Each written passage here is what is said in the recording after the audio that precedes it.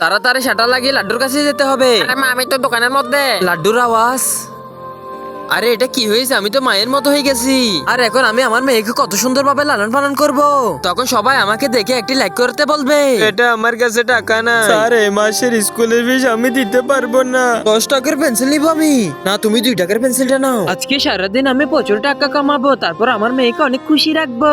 আরে কাজের বেটি, সকাল 6টা বেজে গেছে, তাড়াতাড়ি যা কাজ করতে। আজকে সারাদিন কাজ করে 200 টাকা হয়ে গেছে।